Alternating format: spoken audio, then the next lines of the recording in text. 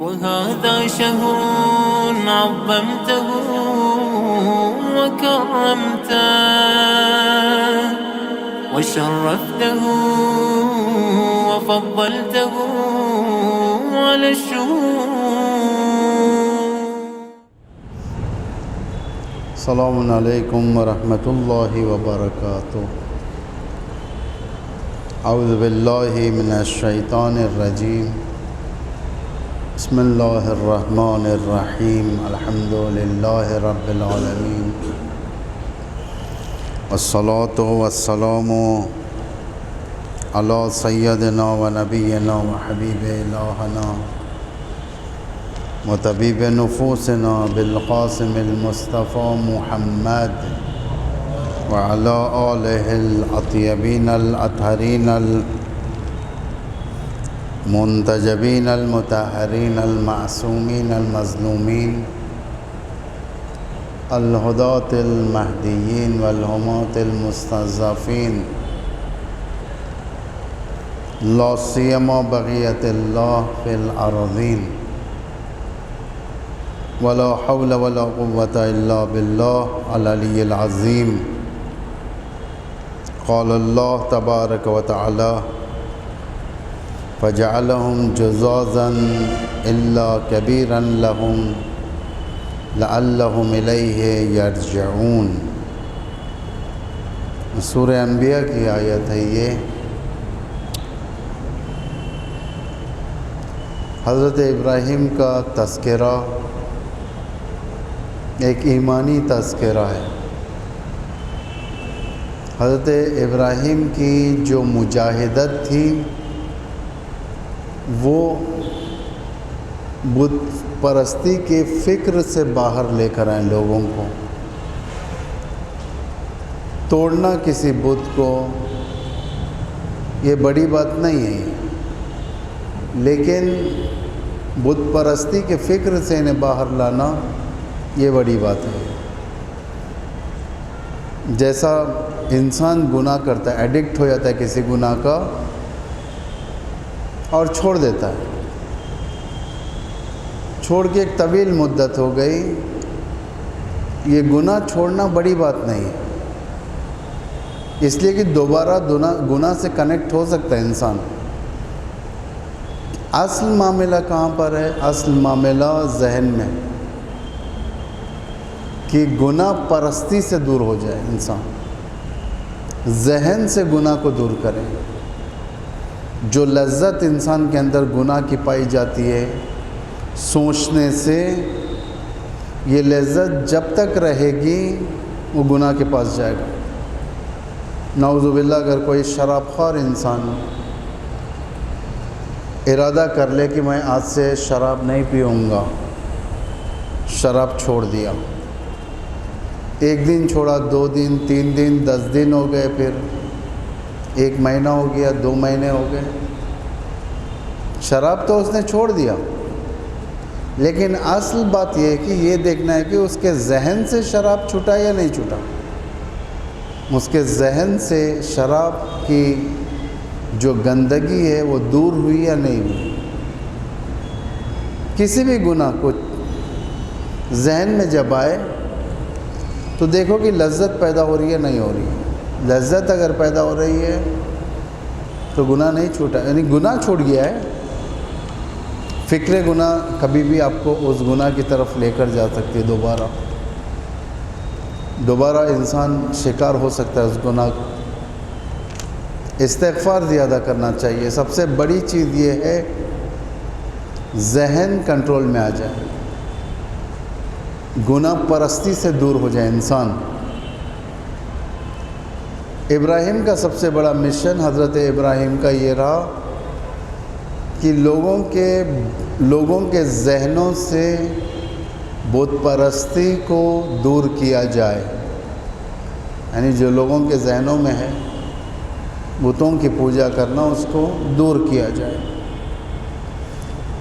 سب عید کو چلے گئے، حضرت ابراہیم بت خانے میں آ گئے، دروازہ کھول دیا، اندر گئے، دیکھا کہ رنگا رنگ ڈشز رکھے ہوئے کھانے کے، میٹھا رکھا ہوا ہے، کھارا رکھا ہوا ہے، روٹی ہے، گوشت ہے، مختلف ورائٹیز کا۔ حضرت ابراہیم نے سب سے پہلے بتوں کو دیکھ کر فرمایا کہ فراغ الی آلہتہم فقال الا تأکلون، کہ تم ابراہیم نے ان کے خداؤں کی طرف رخ کیا، فراغ الی آلہتہم، ان کے خداؤں کی طرف، اور پوچھا کہ اور کہا کہ تم لوگ آخر کھا کیوں نہیں رہے ہو کھانے؟ جب بہت دیر تک جواب نہیں آیا تو حضرت ابراہیم کی زبان سے خداوند متعال ارشاد فرماتا ہے ما لکم لا تنطقون، تمہیں کیا ہو گیا کہ تم بات بھی نہیں کرتے ہو؟ اب ابراہیم اپنے کام میں شروع ہو گئے۔ ایک کھلاڑی اٹھا لی جو بڑا سا ہوتا ہے، جس پہ دیوار وغیرہ توڑے جاتے ہیں۔ آج سے چند سال پہلے تک ویسے ہی توڑے جاتے تھے دیوار، آج کل نئے طریقے نکل گئے دیوار توڑنے کے۔ کھلاڑی لے لی اور زور سے سارے بتوں کو توڑنے لگے۔ فجعلہم جزازا، جزازا یعنی بتوں کے ٹکڑے ٹکڑے کر دینا، سر الگ کر دینا، الگ کر کر سر کے 2 ٹکڑے کرنا، ہاتھ الگ کر دینا، ہاتھ کے کئی ٹکڑے کر دینا، ٹکڑے ٹکڑے کر دینا بتوں کے۔ جزازا الا کبیرا لہم، اس بت خانے میں جتنے بت تھے اس میں سے جو سب سے بڑا بت تھا، بت ان چیف، جو چیف تھا بتوں کا، جو بت تھا، اس کو حضرت ابراہیم نے چھوڑ دیا، اس کے ٹکڑے نہیں کیے، اسے نہیں توڑا، باقی سارے بتوں کو توڑ دیا، ٹکڑے ٹکڑے کر دیا۔ لعلہم الیہ یرجعون، شاید یہ لوگ پلٹ کر آئیں، اس بت کے پاس آئیں۔ دیکھیں حکمت کتنی بڑی تھی۔ تنہا تھے حضرت ابراہیم، کوئی نہیں تھا بت خانے کے اندر۔ چاہتے حضرت ابراہیم سارے بتوں کو توڑ کر چپ چاپ نکل لیتے، لیکن ایسا نہیں کیا تھا۔ قرآن بڑا پیارا انداز بیان کیا ہے۔ سارے بتوں کو توڑا، صرف ایک بڑے بت کو چھوڑ دیا، جس کلاڑی سے انہوں نے توڑا تھا بتوں کو، اس بڑے بت کے ہاتھوں میں رکھ دیا، اس طریقے سے لگا دیا کہ کاندھے پر لگا ہوا ہے، ہاتھ کے پاس کلاڑی لگی ہوئی ہے۔ کیوں نہیں حضرت ابراہیم نے سارے بتوں کو توڑا، جبکہ کوئی دیکھنے والا نہیں ہے؟ ایک بت چھوڑ دیا، اس کو بھی توڑ دیتے ہیں، یا کئی بت چھوڑ دیتے ہیں؟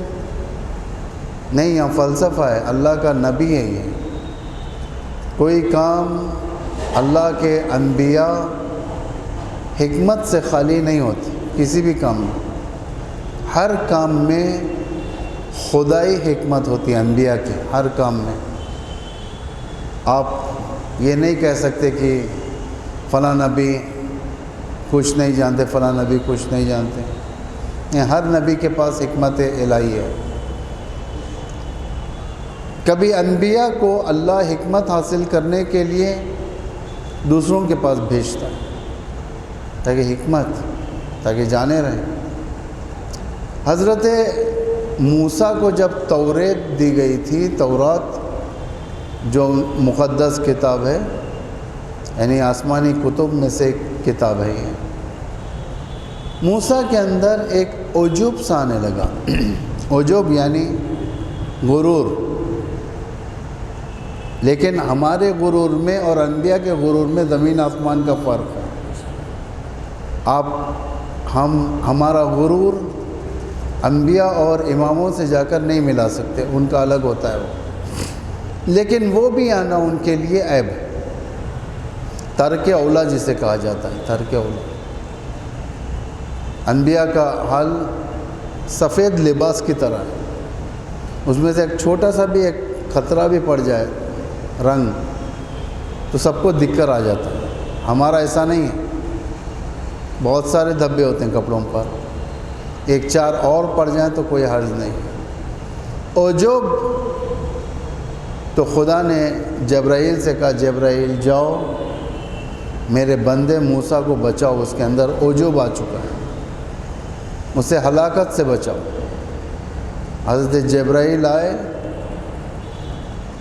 موسیٰ کو کہا کہ آپ کو فلاں جگہ جانا ہے، یہ خدا کا خاص بندہ ہے، اس کے پاس جاؤ، علم حاصل کرو، علم حاصل کرو۔ فکر کو کنٹرول کر رہے اللہ ہے تاکہ عجب نہ آ جائے، غرور نہ آ جائے۔ موسیٰ کو یہ احساس ہو کہ مجھ سے بھی زیادہ پڑھا لکھا کوئی اور ہے، یہ خطرناک ہو جاتا ہے اگر ذہن میں آ جائے۔ معمولاً ہم لوگ بغیر ناغے کے ایک آدھ مہینہ نماز شب پڑھنے لگتے ہیں تو ہمارے اندر عجب آ جاتا ہے، غرور آ جاتا ہے کہ ہم تو نماز شب پڑھتے ہیں، ہم تو اللہ کے نزدیک ترین بندے ہیں۔ میری آنکھ کھل جاتی ہے 4 بجے 5 بجے اور میں نماز سے پہلے نماز شب پڑھتا ہوں، دعائیں پڑھتا ہوں، ایک عجب۔ خداوند متعال ایسے بندوں کی حفاظت کرتا ہے، بچاتا ہے عجب سے، غرور سے۔ ایسے بندوں کے اوپر کبھی 1 دن یا 2 دن نیند طاری کر دیتا ہے۔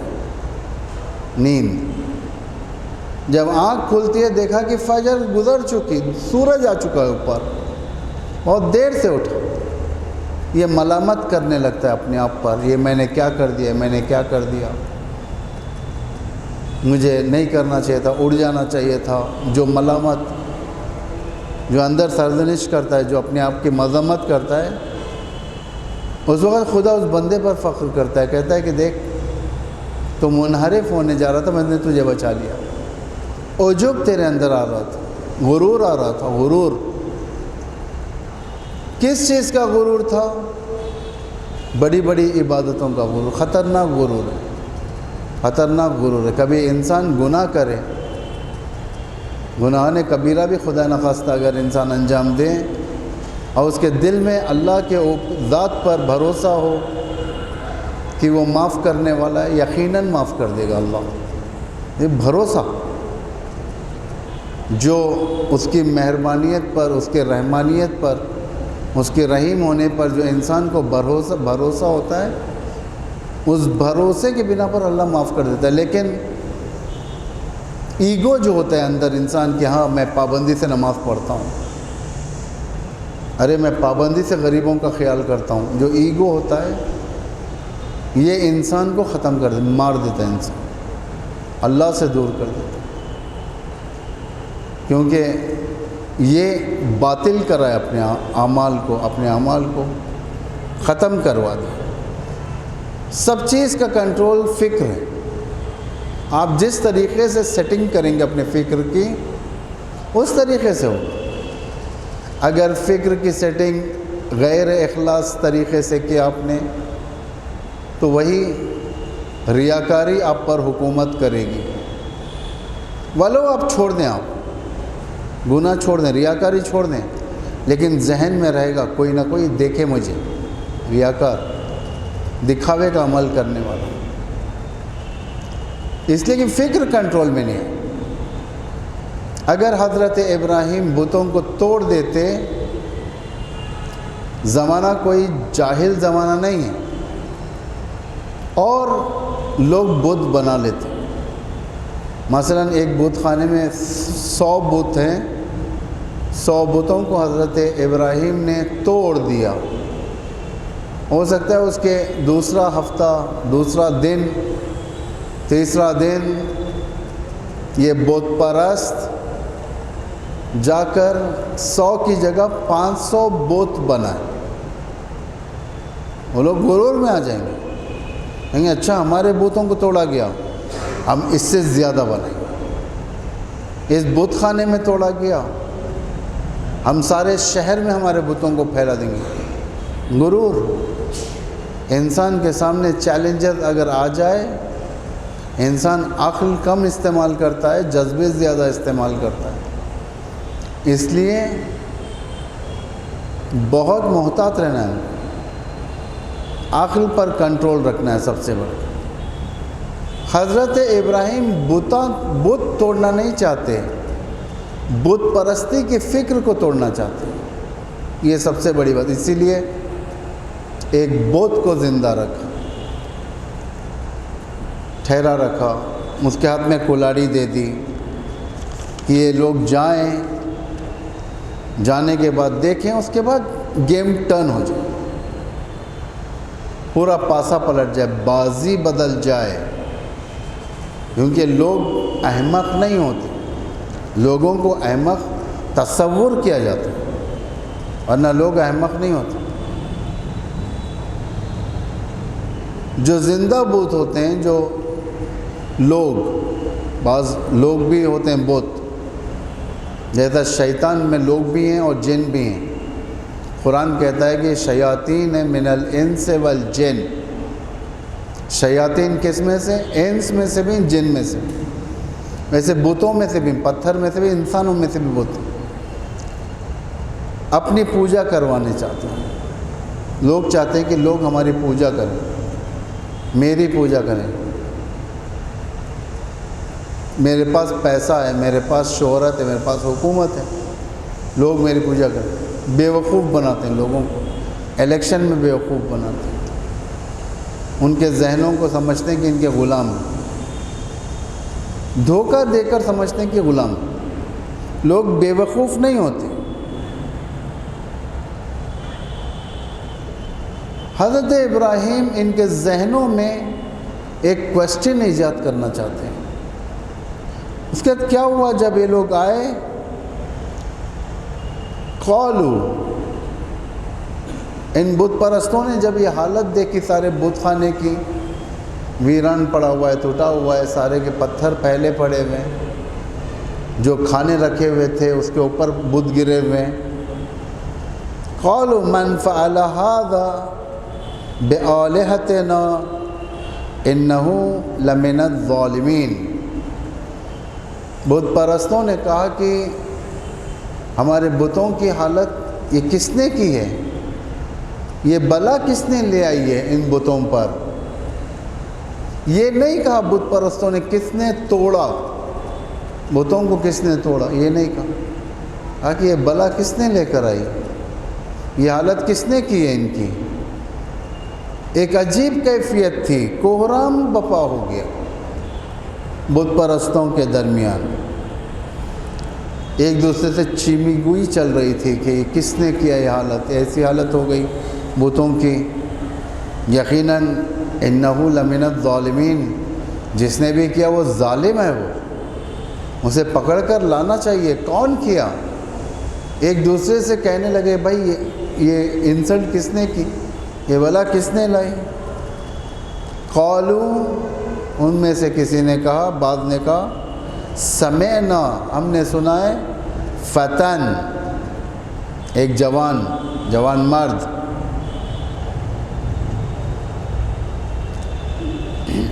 فتن یذکرہم یقال لہ ابراہیم، یہ ہم نے سنا ایک جوان کی ہے جس کو ابراہیم کہا جاتا ہے۔ اس نے کہ فتن یہاں پر دو معنی، فتن ایک کہتے ہیں جوان مرد، صاحب مرد، جیسے وہ امیر المومنین کے ذوالفقار پہ آیا تھا،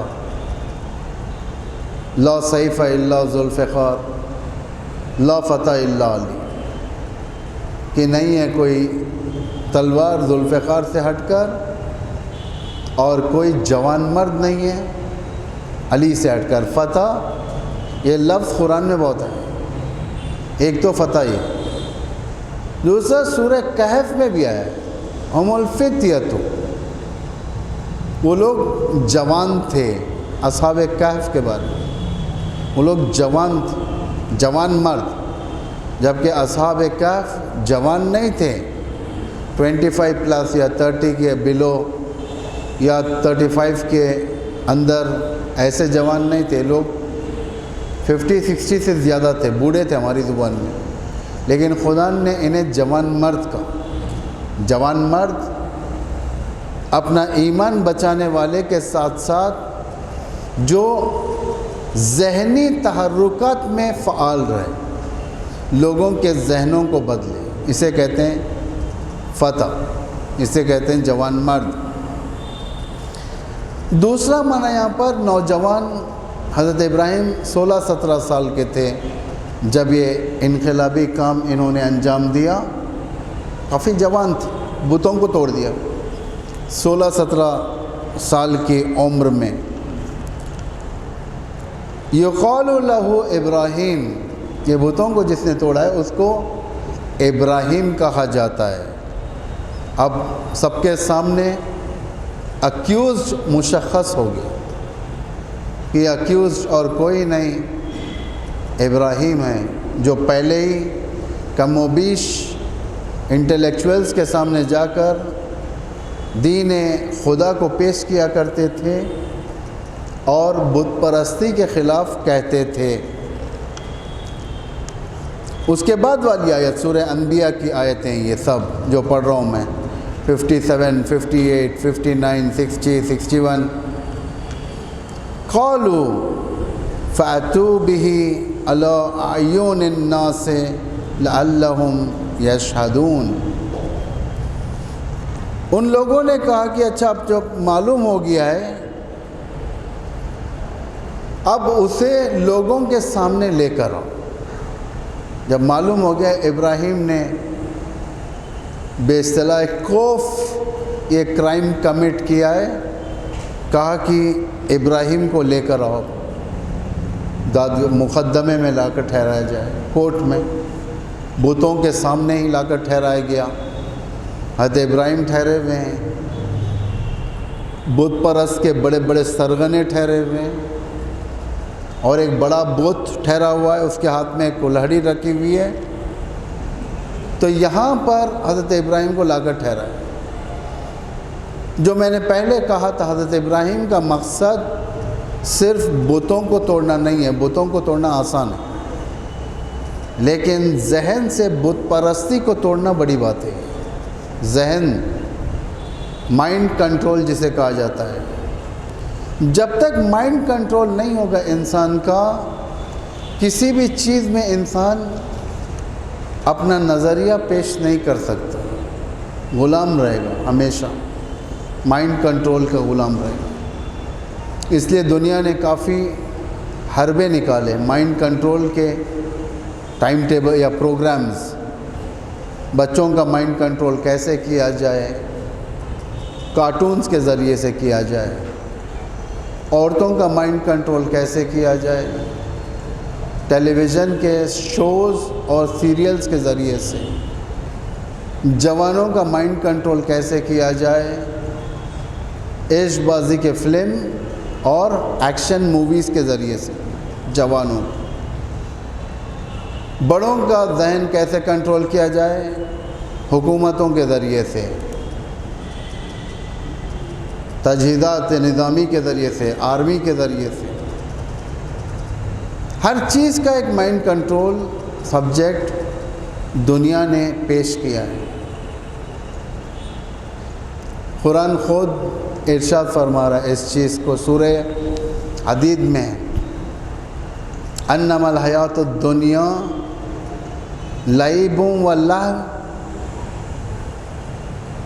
اس کے بعد تکاثر بینکم، آپ یہ آیت دیکھیں سورہ حدید میں، میرے خیال سے 20ویں آیت ہے یہ، یا اس سے پہلے اس سے آگے آپ لوگ دیکھیں۔ خدا کہتا ہے کہ زندگانی دنیا یہی ہے، لہو و لعب، لہو و لعب یعنی انٹرٹینمنٹ اور گیمز، بچوں کے سامنے گیمز ڈال دیے جاتے ہیں، ماں تاکہ سکون سے کام کریں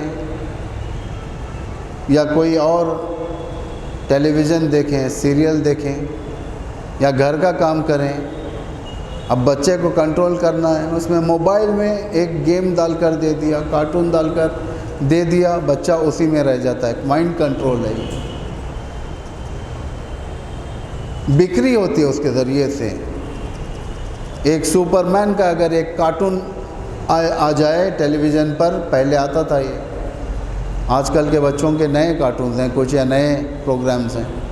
یہ ہمارے بچپنوں کی بات ہے. یہ اسپائڈر مین، سپر مین، شکتی مان، یہ سب سیریلز جب آتے تھے، کارٹون اینیمیشن جو ٹیلی ویژن پر آتے تھے، اس کے بعد بڑے بڑے جو بازار لگتے تھے کپڑوں کے، سب سے زیادہ بکری ہونے والے کپڑے اسپائڈر مین کے کپڑے ہوتے تھے، سپر مین کے کپڑے ہوتے تھے، شکتی مان کے کپڑے. یعنی لوگ بچے کریزی ہوتے تھے ان چیزوں کے. اسکولز میں پتہ چلا جس دن یونیفارم نہیں ہوتا اس دن یہ کپڑے پہن کر جاتے ہیں. شکتی مان ذہنوں پہ تھا بچوں.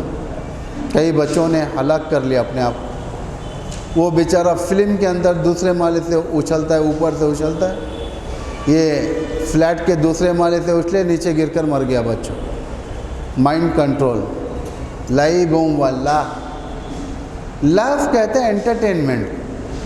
Film, movies.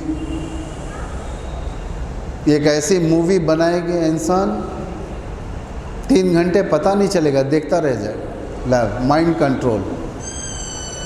اسی میں سے ایک دا کشمیر فائلز. بہت سے ہیں موویز، ایکسپرٹس ہیں جو میدان کے بھگوڑے ہوتے ہیں، ان کو موویز میدان کا ہیرو بنا کر پیش کرتی ہیں. موویز ہالی ووڈ اس میں کافی انویسٹ کیا ہے. امریکن سولجرز کی حقیقت جب معلوم ہوئی ہے، بھگوڑے ہوتے ہیں یہ لوگ لیکن انہیں ہیرو بنا کر پیش کیا جاتا ہے. موویز کا کام نہیں، ہیرو بنا کر پیش کرو. بالی ووڈ ہیرو بنا کر پیش کرو. کس طریقے سے ہیرو بنا کر پیش کرو؟ تم جاؤ، تمہارے لیے میدان صاف ہے، تم نامحرم کے ساتھ مذاق کرو، کسی بھی لڑکی کے ساتھ جیسا چاہے مذاق کرو. زیادہ تر اس لائف کا کانٹینٹ جو ہوتا ہے، انٹرٹینمنٹ کا کانٹینٹ یہی ہوتا ہے: فساد، مار توڑ، ناجائز عشق بازی. زیادہ تر آپ دیکھیں موویز کے جو کانٹینٹس ہیں یہی ہیں. یعنی غلط طریقے سے پیش کرنا، مار توڑ، ایسا ماریں گے، ایسا توڑیں گے. ان سے بڑھ کر کوئی جنگجو نہیں ہے. ہالی ووڈ نے جو دنیا پر دہشت ڈالی امریکن آرمی کی، اسی فلم کے ذریعے سے ڈالی ہے، ورنہ حقیقت میں ان کے پاس کچھ نہیں. جب ایران کے چند سربازوں نے سپاہ کے سمندر سے جب امریکن سولجرز کو گرفتار کیا تھا، اور میرین سولجرز جو برٹش کے رائل میرین سولجرز کو ان کو گرفتار کیا تھا، ان کی پتلونیں بھیگ چکی تھی. یعنی یہ لوگ نجس ہو گئے تھے، ڈر سے، خوف سے تھر تھر آ رہے تھے. یہ لوگ ہمیں معاف کر. جبکہ یہ لوگ جو پکڑنے کے لیے گئے تھے ان کے پاس زیادہ بڑے اسلحے نہیں تھے. برطرف مقابل برٹش آرمی کے پاس، جو نیوی، جو سمندری آرمی ہوتی ہے اس کے پاس، اور امریکن کے پاس ان سے زیادہ تھے. چاہتے تو یہ لوگ مار کر کولیپس کر سکتے تھے، لیکن نہیں، ڈر. کس چیز نے انہیں ہیرو بنایا؟ فلمز نے بنایا. فلمز نے بنایا. اس لیے کہ ایک ہوتا ہے فلم کے اندر دیکھنا، ایک ہوتا ہے behind the scene. Behind the سین سب پوخل، کچھ بھی نہیں، سب ڈرپوک ہے. ایک ایسا آدمی کو بتائے گا نہیں بڑے بڑے لوگ ہوتے ہیں، کیا ہے، ریمبو ہوتا ہے، نہ جانے اور کون کون ہوتے ہیں جو باڈی بلڈرز ہوتے ہیں جو فلم میں استعمال کیا جاتا ہے. آرنالڈ وغیرہ نام کے زمانے میں آتے تھے سو فلمز، نہ جانے اور کون سے اس میں. لیکن ان کی حقیقی تصویر دیکھا جائے، یہ لوگ بہت زیادہ ویک ہوتے ہیں. بدن کے لحاظ سے بھی ویک ہیں، اکثر بدن کے لحاظ سے بھی ویک ہیں. ان کے پاس ہمت نہیں ہے. آج جتنا بھی اسلاموفوبیا ہے سب اسی کے ذریعے سے. اسی پہلے دہشت ڈالا جاتا ہے، اس کے بعد ان کے دماغوں کو کنٹرول میں لیا جاتا ہے، بعد میں ان کے ساتھ برا سلوک کیا جاتا ہے. یہ ہوتا ہے انٹرٹینمنٹ. لوگوں کو اپنی حالت سے خارج کر دیتا ہے. انٹرٹینمنٹ لوگوں کو، فلم، سیریلز دیکھیں. لگژوری زندگی کی طرف لے کر جا. کتنی دیر ہے ابھی؟ 1 منٹ. لگژوری زندگی کی طرف دعوت کرتی ہے، انٹرٹینمنٹ. حقیقی فلم نہیں بناتے. حقیقی فلم اگر بنائیں گے کوئی دیکھنے کے لیے تیار نہیں ہوگا. اگر ہم جیسے لوگوں کے گھروں کے فلم بنانا شروع کریں، دیکھنے کے لیے تیار نہیں ہوں گے. ان کو مسالے چاہیے، مسالے. مائنڈ کنٹرول کرنا ہے ان کو. جنگ چاہیے، لڑائی چاہیے، عشق بازی چاہیے، چھیڑخانی چاہیے، ایف ٹیس چاہیے. نہ جانے کیا کیا چیزیں استعمال ہوتی ہیں ان چیزوں کے لیے کنٹرول کرنے کے لیے. مائنڈ کنٹرول کا ایک کافی گہرا سبجیکٹ ہوتا ہے یہ. انشاءاللہ خداوند ہم کو ہدایت دیں تاکہ ہم اس کو سمجھ سکیں. السلام علیکم ورحمۃ اللہ وبرکاتہ.